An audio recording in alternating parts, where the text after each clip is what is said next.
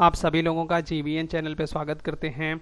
एक और वैकेंसी लेकर मैं हाजिर हूँ आपके सामने। आईआईटी जोधपुर के द्वारा नॉन टीचिंग पदों के लिए रिक्रूटमेंट को निकाला गया है। इस नोटिफिकेशंस में टोटल नंबर ऑफ जो पद हैं वह 122 हैं। आइए देखते हैं इस पदों के बारे में सारी चीज़ों को डिटेल से।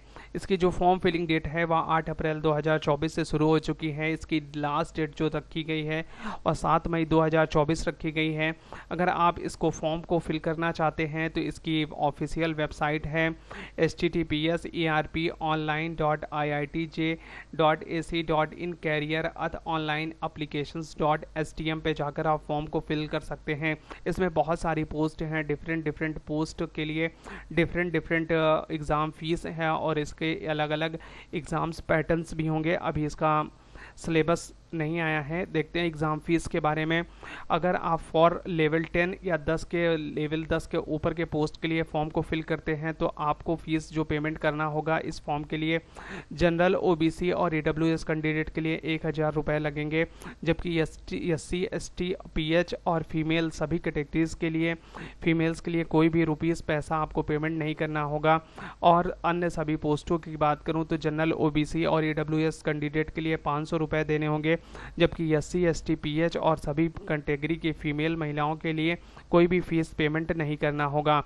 आपको यह जो फीस है वह डेबिट कार्ड, क्रेडिट कार्ड या नेट बैंकिंग के थ्रू ये आप फीस को पेड कर सकते हैं, या तो स्टेट बैंक ऑफ इंडिया के माध्यम से ई चालान के माध्यम से आप पेमेंट कर सकते हैं। अब बात करें एजुकेशनल एलिजिबिलिटी की, तो इसमें जो अलग अलग पद हैं उसके लिए अलग अलग आपकी एलिजिबिलिटी मांगा गया है। टेक्निकल पोस्ट की बात करें, इसमें टोटल 74 पोस्ट हैं। आपको बैचलर या मास्टर डिग्री होना चाहिए भारत की किसी भी यूनिवर्सिटी से। इसमें जो एज लिमिट दिया गया है वह 27 से 35 वर्ष दिया गया है। पोस्ट वाइज अलग अलग है। जूनियर असिस्टेंट की बात करें, इसमें टोटल पदों की संख्या 20 है। आपको बैचलर डिग्री होना चाहिए 50% मार्क्स के साथ भारत के किसी भी विश्वविद्यालय से, और आपकी एज लिमिट जो है 35 वर्ष से अधिक की नहीं होनी चाहिए।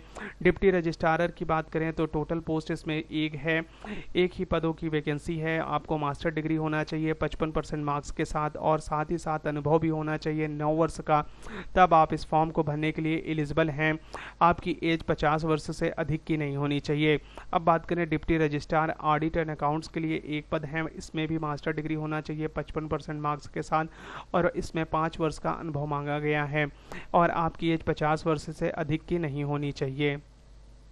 हिंदी ऑफिसर की बात करें, इसमें भी सिर्फ एक ही पद है। मास्टर डिग्री होना चाहिए हिंदी या इंग्लिश में एक सब्जेक्ट के साथ कॉम्बिनेशंस में, या इंग्लिश के साथ हिंदी हो, कंपलसरी होना चाहिए। आपको इसमें 55% मार्क्स के साथ पास हुए होना चाहिए।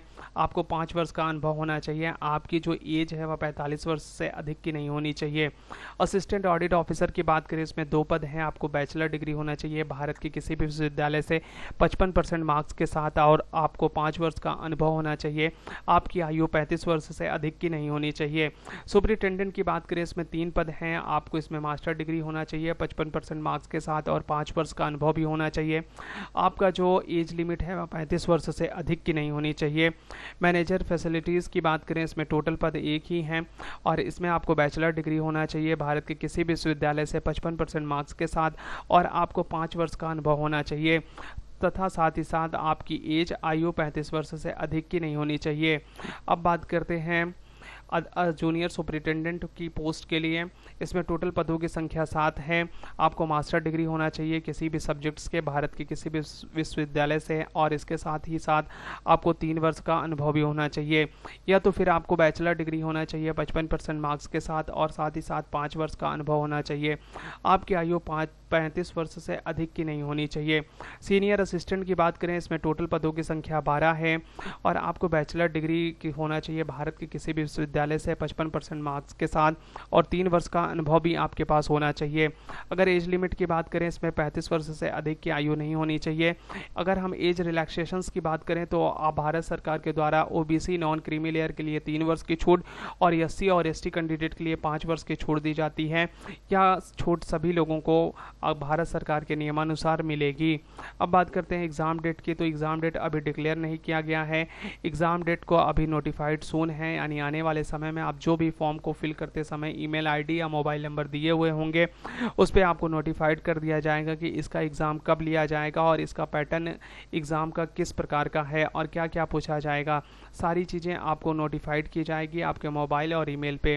तो आप कृपया फॉर्म भरते समय अपना जो ईमेल आईडी और जो फ़ोन दिए हैं उसको आप ध्यान से देखते रहिएगा। अब अगर आप सभी लोगों को यह वीडियो इन्फॉर्मेटिव लगा हुआ हो गवर्नमेंट वैकेंसी से संबंधित, तो आप हमारे चैनल को सब्सक्राइब कर सकते हैं। इस वीडियो पे आप लाइक कर सकते हैं अगर आपको यह वीडियो पसंद आया है तो। अगर वैकेंसीज के संबंधित किसी को जानकारी देना है तो आप इस वीडियो को शेयर कर सकते हैं। अगर आप हमें कोई भी सुझाव देना चाहते हैं तो आप हमारे वीडियो के नीचे कमेंट बॉक्स पर हमें कमेंट कर सकते हैं। आपका वीडियो देखने के लिए धन्यवाद।